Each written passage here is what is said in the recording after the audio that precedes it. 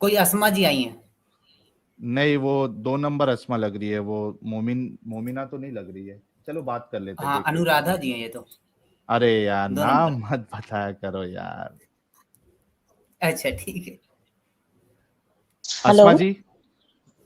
भाई, मैं ex Muslim ही हूँ, ex Hindu to ex Muslim हूँ। आप टेंशन मत ले, मैंने आपको व्हाट्सएप पे बहुत ज्यादा ट्राई किया है, शायद आप मुझे अच्छा, पहचान गए होंगे। देखना पड़ेगा। आप एक्स मुस्लिम है? हाँ, अभी एक्स मुस्लिम हो गई आपकी स्ट्रीम सुन सुन के। अरे वाह। तो कभी हुआ ये हादसा आपके साथ? 3 बच्चों के और बाद। क्यों हुआ? अरे रे रे रे रे रे रे रे रे, 3 बच्चों नहीं के नहीं बाद नहीं, ये हादसा हुआ? एक्स एक्स एक्स मुस्लिम होने का 3 बच्चों के बाद हुआ। पहले मैं हिंदू थी, हिंदू से मुस्लिम हुई, तो हाँ। उसके रिगार्डिंग मैं एडम भाई को मालूम है मेरे बारे में, मैं पहले आ चुकी हूँ।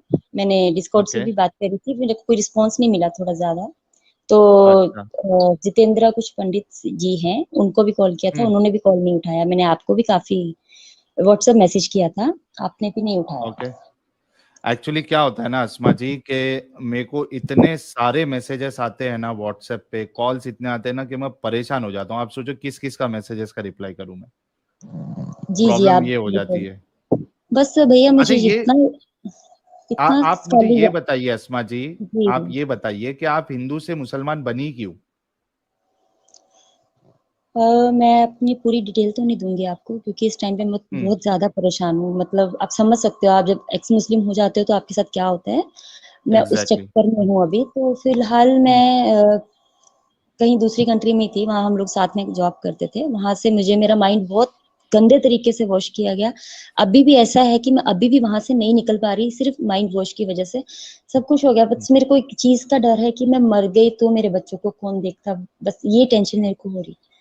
मैं क्यों ये मरने का सोच इतना रहे हो आप? इतना टेंशन होता है कि मैं इतना कर सकती हूँ कि मैं अपने बच्चों को देख भी सकती हूँ, हर चीज कर सकती हूँ, मैं अच्छी एजुकेटेड भी हूँ, हर चीज है।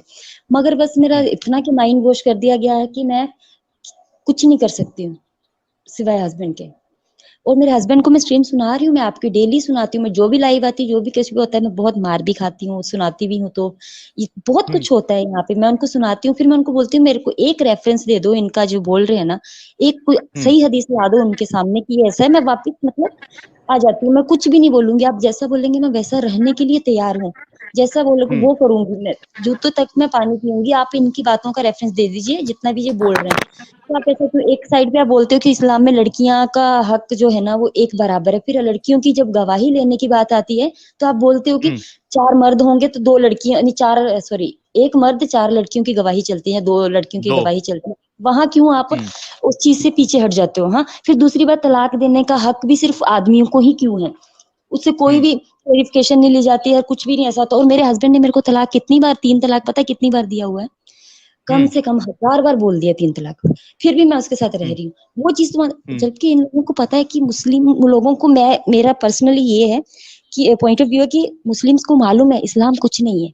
ये लोग सब हम्म। जानते हैं, मगर सिर्फ अपनी ऐशो आराम के लिए इस्लाम को जीते हैं ये लोग, 3 शादियों के लिए। हम्म। अच्छा, ये लोग हज करके आए, सब करके आए हैं, मगर इन लोगों को नमाज का पता नहीं है। लोगों को दिखाने के लिए सिर्फ रोड पे निकलने के लिए बुर्का पहनते हैं, मगर कहीं शादी वादी रहती है तो फुल ऑन मेकअप रहता है इनका, फुल साड़ी वगैरह पहनते हैं, सब कुछ शो करते हैं। तो मेरे को उन चीजों से हम्म। गुस्सा आता था कि भाई, अगर आपको पर्दा करना है तो आपको हर किसी से करना, हर जगह पे करना, मेरे को तुम लोग कराते हो भाई। ये पर्दे को लेके कि मैंने इतनी बार मैं गिर चुकी हूँ, मेरे को इतनी मार लगी है बुरके के अंदर, नकाब के अंदर। ऐसा हो गया कि रिसेंटली मैं आपको बताती हूँ, जब मैं इंडिया, सॉरी, बाहर थी कहीं भी, वहां से कहीं भी शिफ्ट हुई, उसके बाद मैं आके मेरे इन लॉज वाले बोले पर्दा करना है, मैंने करना स्टार्ट हम्म। कर दिया। फिर मैं हम्म। 2-4 दिन के बाद मेरे को, मतलब मैं गिर जाती थी, मेरे को बहुत गर्मी होती थी, मैं नहीं बता सकती। एकदम आप अच्छे से रहने के बाद पर्दा करते हो, बहुत बुरी हालत होती है। तो मैं घर पे आके हम्म। एक दिन इतना रोई, मैं इतना ज्यादा रोई ना, मेरे हस्बैंड और मेरे मदर इन लॉ मेरे को बोलते हैं कि क्या हो गया बोल के ऐसा। तो इसको शायद बाहर से आई, इसके ऊपर शैतान आ गया। सर हम्म। सीरियसली मेरी बात का यकीन कीजिए, आज 3 दिन पहले की बात है। मैं इतना रोई, फिर जो इन्होंने बोला ना कि शैतान आ गया, फिर मेरे को फुल मिल गया कि हाँ, मैं फ्रस्ट्रेशन निकाल सकती हूँ। शैतान तो कुछ भी बोल सकता है ना। मैंने इन लोगों को हम्म। इतनी गालियां बकी, इतना कुछ करे, ये मौलाना को लेके आ गए। बोल दिया मैंने कि मेरे ऊपर शैतान है, मेरे पे शैतान है। मैं कुछ भी, इतनी गालियां इन लोगों को दी मैंने, सब घर वालों को कि हाँ शैतान है। मैं हंस रही हूँ, फिर मैं इतना हंसी हूँ, इतना जोर जोर से हंसी हूँ, मुझे ऐसा लगा कि आज मैं पहली बार थोड़ा आजाद होके हंसी हूँ, इतना करी। फिर मेरी सास पता नहीं क्या नजर उतार रहे, फिर एक मौलवी को लेके आ गया।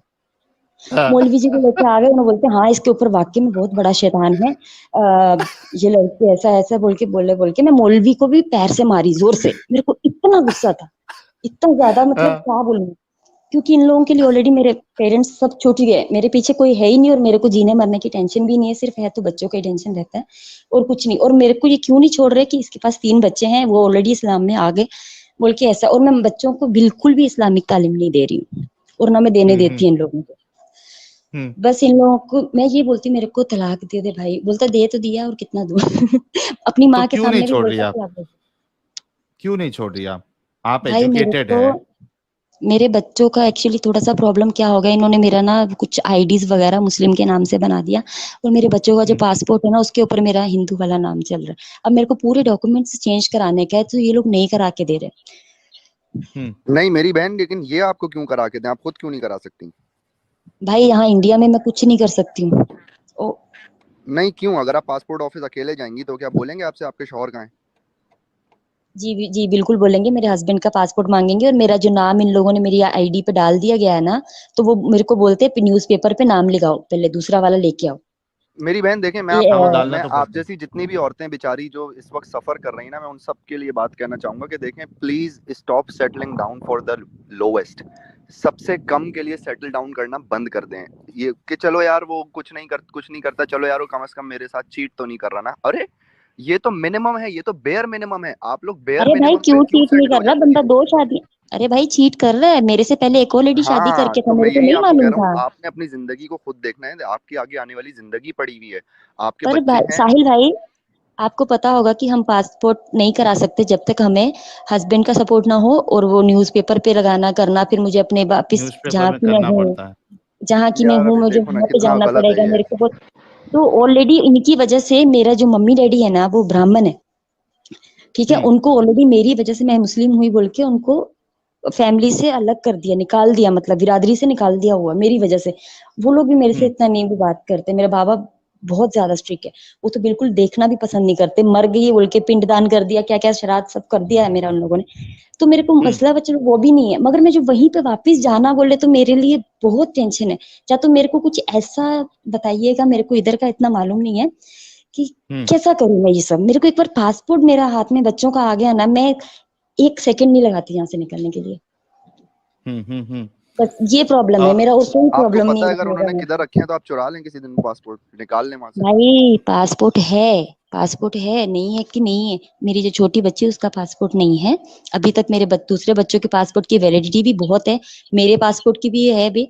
मगर मसला ये हो गया कि अभी छोटी का पासपोर्ट जब मैं बनाने जाऊंगी ना, तो वो लोग बोलेंगे कि दूसरे बच्चों के पासपोर्ट पे तुम्हारा हिंदू नाम है, और अभी आईडी के ऊपर जो आईडीज लगती है ना, पासपोर्ट के जितने भी डॉक्यूमेंट्स लगते हैं उस पे नाम चेंज कैसा हुआ। ये तो बहुत बड़ा मसला है। अब आपने क्या सोचा है, आप किसका क्या हल निकालेंगी? क्योंकि इसका हल तो कोई ना कोई निकलना है। आप मैं सारी उसी जिंदगी तो हल इस के तरह नहीं लिए गुजार आपके सकती। पास हूँ। और मुझे एक छोटा सा और बात है, भाई मेरे को ना कुछ 2-3 ऐसी हदीसें दीजिए जिससे मैं, ये मेरे को बोलते हैं ना कभी कभी कुछ भी ऐसा, तो मैं इनको बताऊं कि हाँ इसका मुझे बताओ कि हाँ वाकई में इससे मैं मुस्लिम नहीं रह सकती। मुझे इन चीजों ऐसी हदीसें बता दीजिए जिससे कि मेरे को लगे, इन लोगों को भी लगे कि हाँ इसका जवाब हमारे पास नहीं है, तो इसको भगाना ही जरूरी है। जैसा आपके यहाँ मौलाना लोग आके भाग जाते हैं ना, वैसा। तो ये तो मैम हमारी आप पूरी मेरी किताब दीन ऑफ डिसेप्शन देखें, उसमें 3-4 हदीसें एक साथ 3-4 हजार हदीसें एक साथ आपका कंपाइल्ड हैं, नाम है तो रेफरेंसेस के साथ। बताइएगा। एक्चुअली मैं जब से मुझे मे भी एक 2 वीक्स हो रहे हैं आप लोगों के साथ जुड़े हुए,